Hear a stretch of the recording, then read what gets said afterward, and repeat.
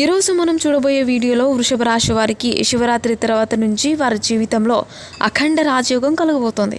ఈ యోగం కారణంగా ఈ రాశి వారి జీవితంలో జరగబోయే విషయాల గురించి ఇప్పుడు తెలుసుకుందాం.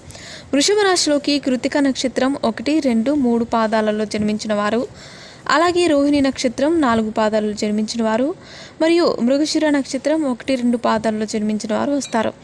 ఈ రాశి జ్యోతిష చక్రంలో 2వ రాశి. ఈ రాశి యొక్క అధిపతి శుక్రుడు. ఈ రాశిలో జన్మించిన వారు వారి జీవితంలో వచ్చిన ప్రతి కష్టాన్ని ధైర్యంగా ఎదుర్కొనే మనస్తత్వాన్ని కలిగి ఉంటారు. అలాగే ఈ రాశిలో జన్మించిన వారు స్నేహితులకు ఎక్కువ ప్రాధాన్యత ఇస్తారు. అలాగే వారు కష్టాల్లో ఉన్నప్పుడు ఖచ్చితంగా వారికి సహాయం చేస్తారు. అలాగే ఈ రాశిలో జన్మించిన వారు సాంకేతిక రంగాల్లోనూ అలాగే క్రీడా రంగంలోనూ బాగా రాణిస్తారు. అంతేకాకుండా ఈ రాశిలో జన్మించిన వారు పరాయి స్త్రీలకు దూరంగా ఉండడం మంచిది. ఎందుకంటే వారి కారణంగా మీరు మీ జీవితంలో అనేక సమస్యలను ఎదుర్కోవాల్సి వస్తుంది.